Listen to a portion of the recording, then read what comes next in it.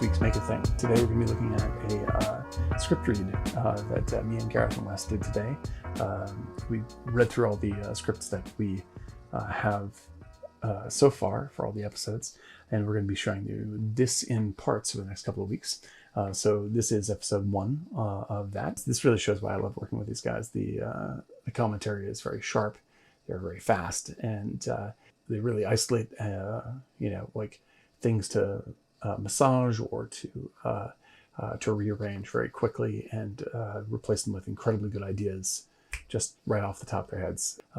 It's a joy to work with them, and this is a great example of why that's true. Gareth's been doing a lot of the heavy lifting on the screenwriting, and most of what you're going to be hearing is first draft, and it's amazing that out of the gate this stuff is so exciting. So I'm very, very proud to be working with him on this. Let's see. We have also the website we're really psyched with it, and people have been responding to it. And the second, right now as it stands, the second installment of the story is up.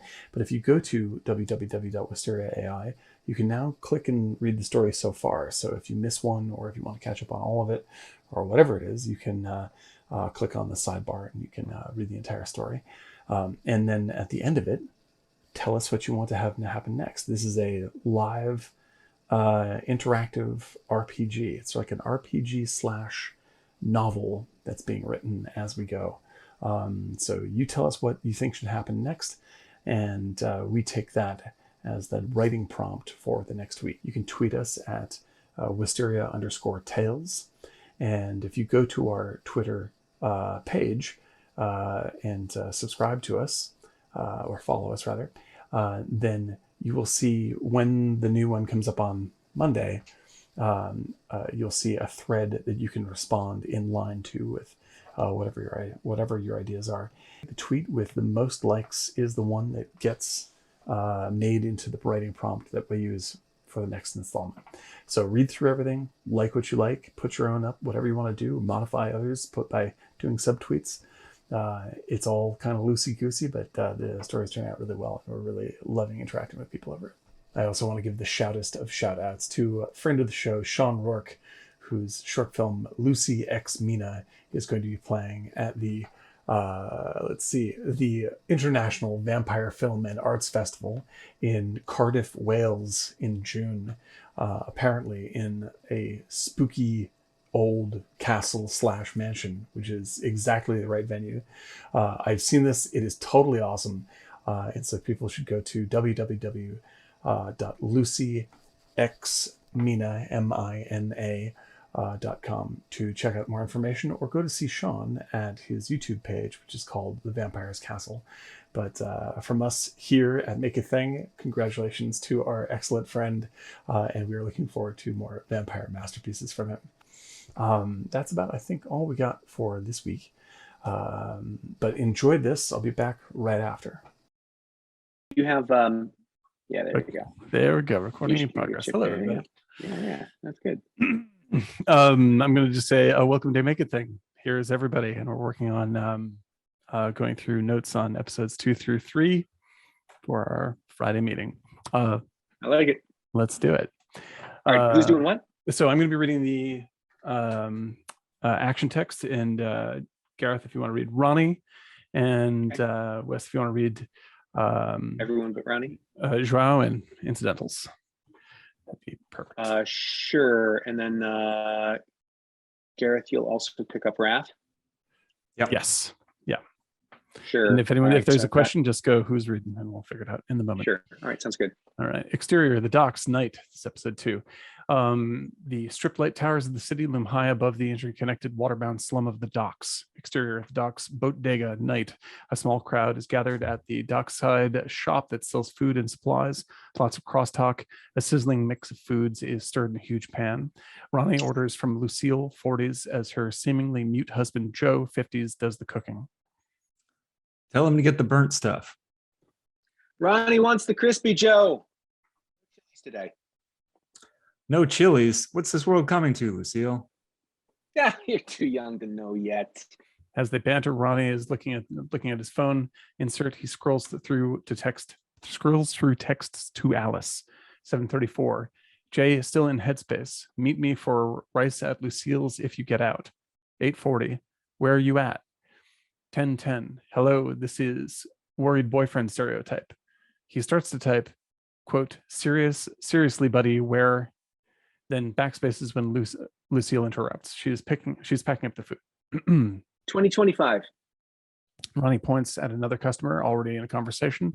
Philippe, 30s. Philippe's tab. How about banana peppers, pickled? What was that? What for? Lucille gets the sides. I'm fixing your pilot tomorrow. AI says it's busted. She does. She knows you don't listen, so she writes me. One of Philippe's friends smacks him, laughing. Jesus, P, now your boat's cheating on you too? As that goes on, we become more and more aware of a girl, 16, watching something on her phone. We hear clanging sounds of a sword fight. It catches Ronnie's eye. We don't see what he sees, but we hear a familiar voice. And whatever occult heresy may be hiding in my library, and take a coach to the north as quickly as possible. Lucille puts the bag in front of him. Holy shit. The girl looks at him like he's a creeper. His phone buzzes, saving him. He is surprised that it's not Alice. Insert phone, 10:30. Wow, come back now. Ronnie takes the bag and leaves. Interior boat minutes later. Ronnie steps in, puts down the steaming boxes of food. They didn't have any hots, so I got you pepperoncinis on the side. Oh, you won't believe it. Somebody was watching us on their channel. Ronnie realizes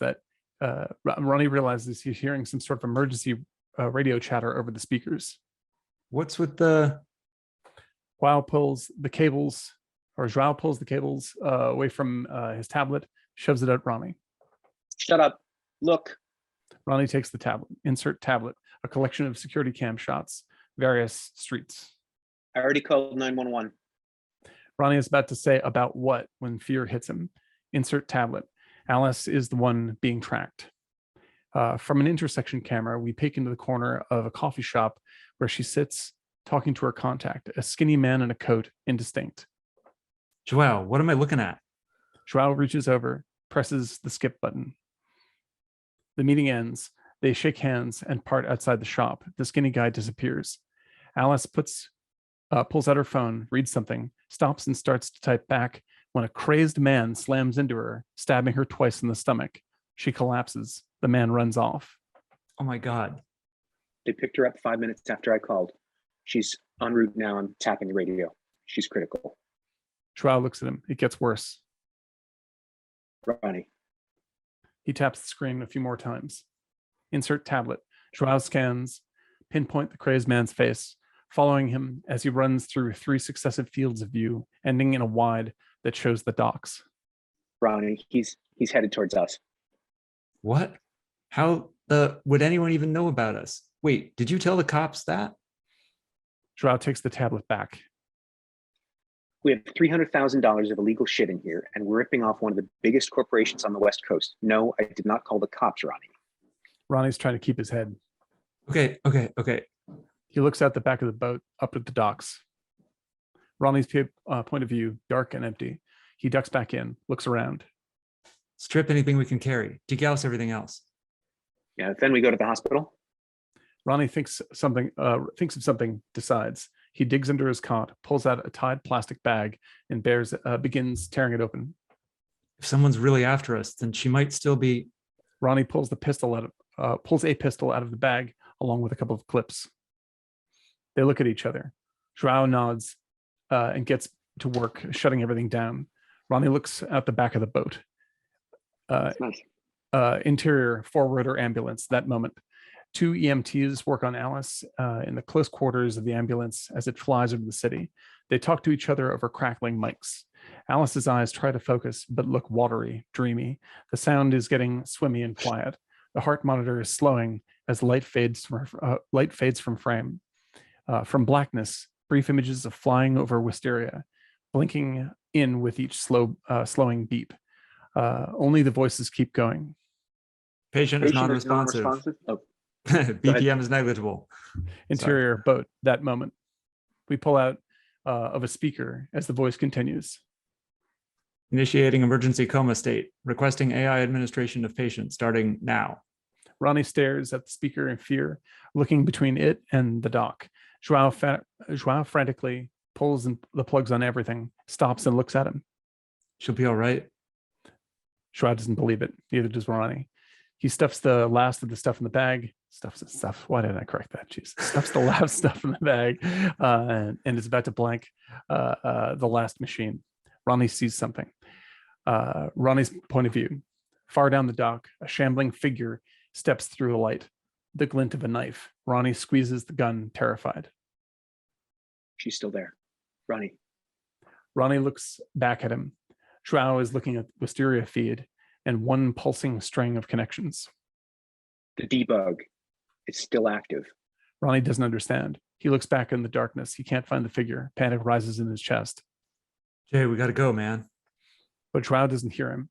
He's racing to re-plug in a number of wires, running them to the speaker. The crazed man stumbles out of the dark, less than 50 meters away. Warped noise from speakers makes the image even more terrifying. Jay? Joao tunes the feed. Ronnie cocks the pistol.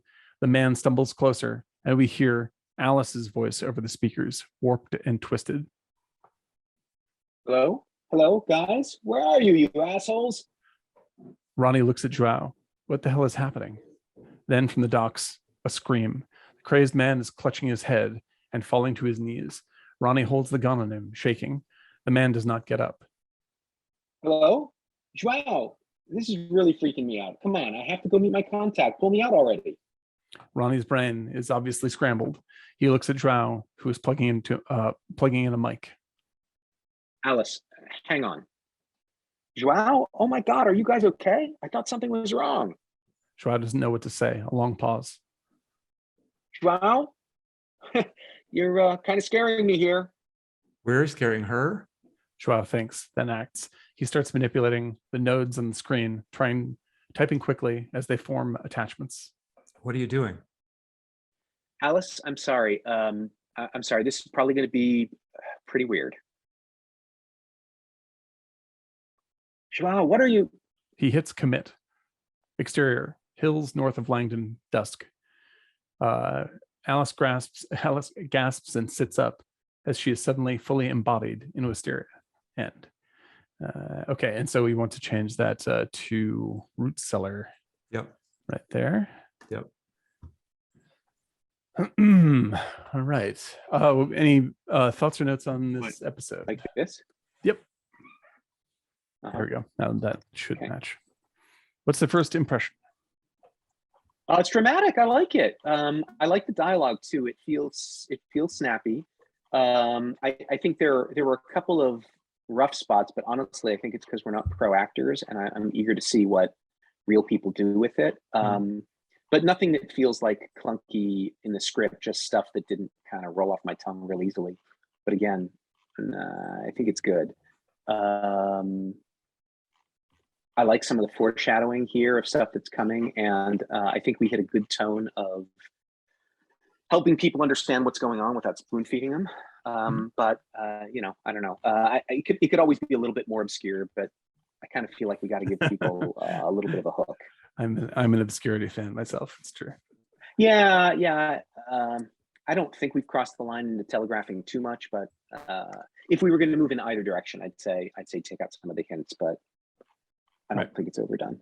Yeah. I think that it's best to over record stuff and then pare it down in the edit. Oh yeah, you can edit it out. That's true. Yeah. So as long as the flow feels all right, then I feel we can cover it either in dubbing or in it. Yeah. In the cut. And I will also say that there's sometimes even though a little mystery is good, often in film things like skate by too fast for you to catch them, and so you're like, oh, I was probably supposed to catch them there, but never. Yeah. So right. Yeah, like I never mind a good like touch base with the audience to let them know what's happening. Like I don't mind like if it's a little unreal, you know, just connect me for a second and say like, just so you know. It's like in Shakespeare when, you know, like the last couple of lines of every scene are just like, just so you know, that means he's gonna go kill that guy. Yep. So but I think I remember, just to throw it out there, that Mark LeBlanc had a thought at some point that I might be using degauss the wrong way here. So maybe a different word for that. Like that's what I used to say for videotapes. That's why I use that word, because you have like a big, basically iron shaped demagnetizer. But I may be misinformed on this stuff. Destroy the data on a data storage device by removing its magnetism. Yeah, that's my definition of degauss. Because I guess it then really because it doesn't work if you're talking about like, yeah, some sort of solid state liquid crystal something or other. I don't know, whatever. You want to just say wipe? Yeah, we can just replace with wipe.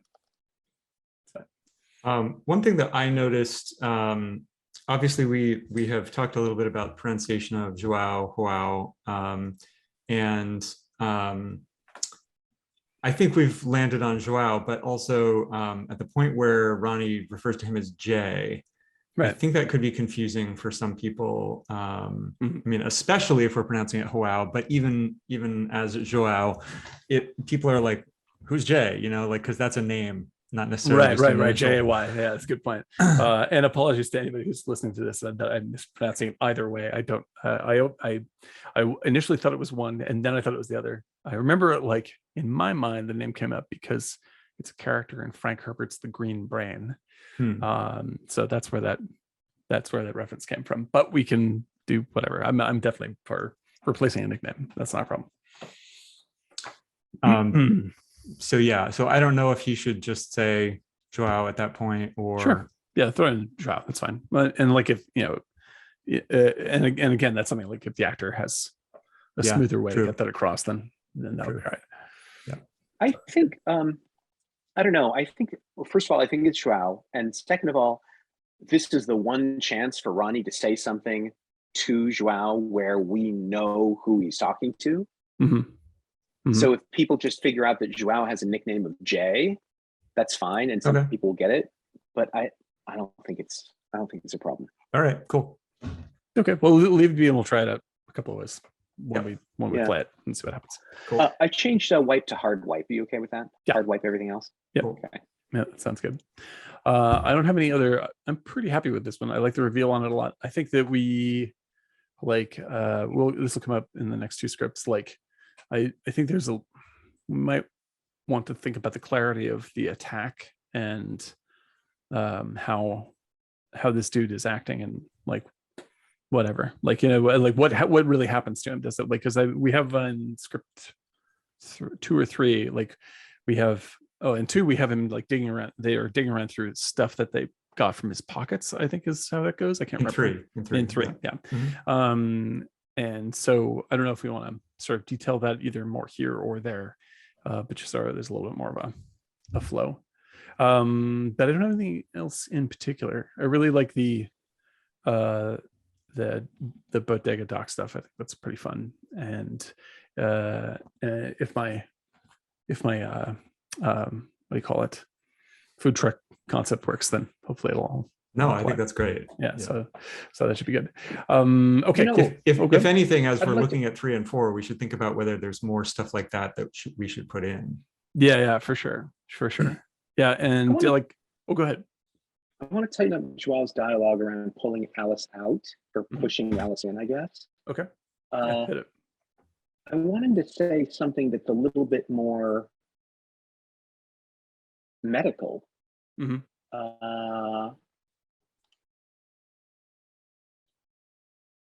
on a sec. Oh, Joao, this is really freaking me out. Come on, I have to go meet my contact. Pull me out already.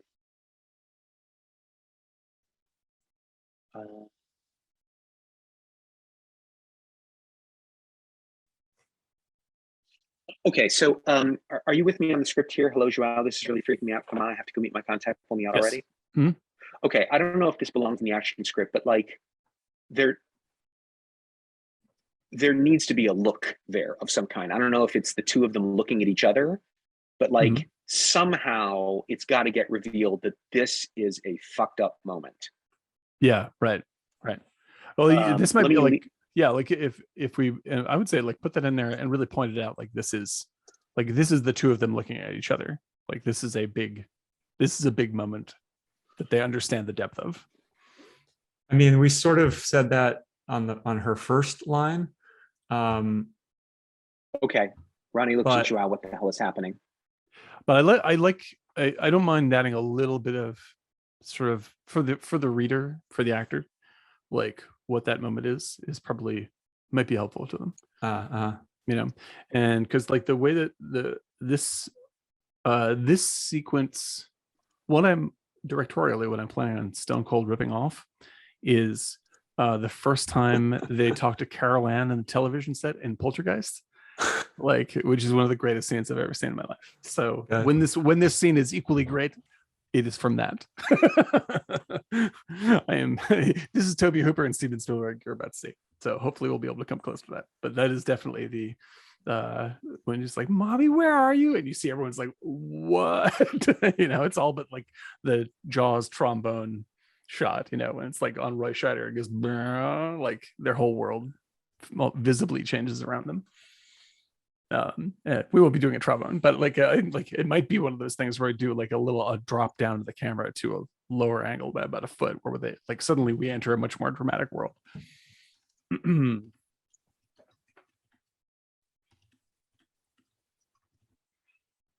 gonna just try typing in a couple notes. Yeah, great. Here.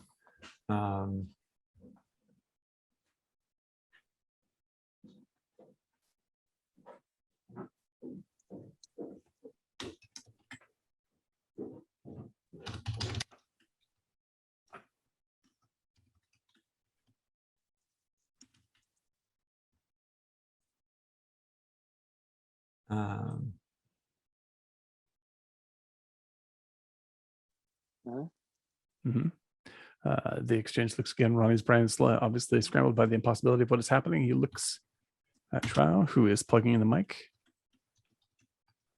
Yeah, are you okay with the ad that I made a couple lines down there? Let's say. Oh yeah, okay. Yeah. I like that. Yeah. I like the yeah. I love it. And I want Joao to be a little bit more like he's focused but a little hesitant because he realizes he's a hacker, not an EMT. Right. Tell me how you think this reads. Alice, listen, I need you to hold tight a sec. This is probably going to get pretty weird. I like maybe this. As an aside. Yeah, and no, like I like. I don't know if this is directorial or not, but it's like I like where you're going with sort of like you're hearing some of Joao's thoughts get verbalized rather than that's what I'm trying to do. Yeah, that's exactly. I didn't realize it until you said it, but yeah, that's exactly what's going on. It's kind of. I totally get that. That's great. Yeah, because he is. We have to keep in mind that he is like. He's not like, hang on, I'll talk to her. Yeah, totally. Just a second, I've got this covered. Yeah, exactly. He's like, okay, you know, like he's not action hero Trout. He's hardcore programmer Trout. Got to get this thing figured out before the bullshit comes down.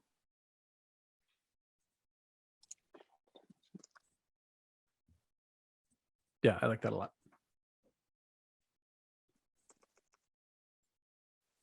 And do I like is that you know what, maybe we do that. What you normally do with that is like within the and for anyone who's listening, what the question is where do you put an inserted direction in the middle of dialogue in a screenplay?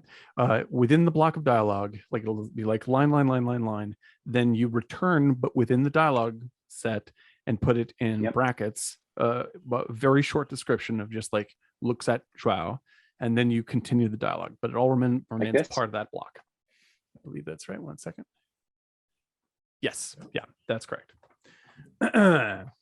As a technical side, we're using a Google Docs template, and occasionally it does some weird stuff, like it just inserted a page break there when you formatted that. Yes. So this might not be the ideal tool for script writing, but it's the most like because the reason why we chose this is to the audience right now. Like the reason why we chose this is because the best screenwriting software is, for me, Final Draft. Final Draft, you can also collaborate, right, the way we are doing right now, I believe, with multiple people. However, Google Docs is free. Final Draft is $500. So, yeah, totally. Like that's yeah. We'll get Final Draft if this ever does its thing. Okay. I'm not sure if it's 500. It's expensive. It's above 200. I remember that.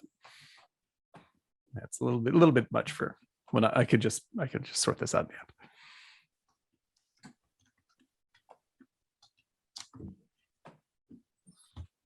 Yeah, do you like that as an under his breath thing?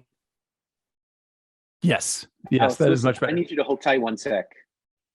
This is probably going to get pretty weird. Yeah, he's saying it to himself is so much better. Yeah. It's so much better because he's like, it's not that he doesn't love Alice. It's just that's not where his brain's at. He's not being like, hang on, my friend, we'll get you out of there. Yeah, totally. Right. Like, I got to get this shit done. Yeah, okay, good. This feels good. This is awesome. Okay, so let's move on to episode 3. And there you go. That is the first of a few script readings that we'll be putting up for the next couple of weeks on Make a Thing. I hope you get a kick out of it as much as I get a kick out of being a part of that. And this is all ramping up towards an actual shoot to cover all this stuff. So you'll be able to know what the hell we are doing when we actually show you the stuff of, on-set photography, et cetera, et cetera. You'll be able to follow along with what we're trying to pick up and tell me when I'm doing something wrong, which is going to be exciting. Anyway, I hope everyone has a really good Making Things week.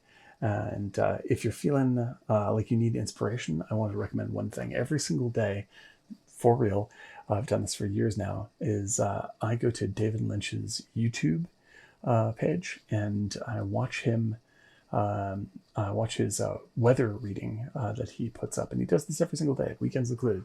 And he reads out the weather and wishes you a good creative day. And there's something so amazing about this. One of the greatest American artists of all time is such a sweet, nice guy that wants to help you create. So I feel very inspired by that. I want you to go and check that out as well. And I'll see you next week for more Make a Thing.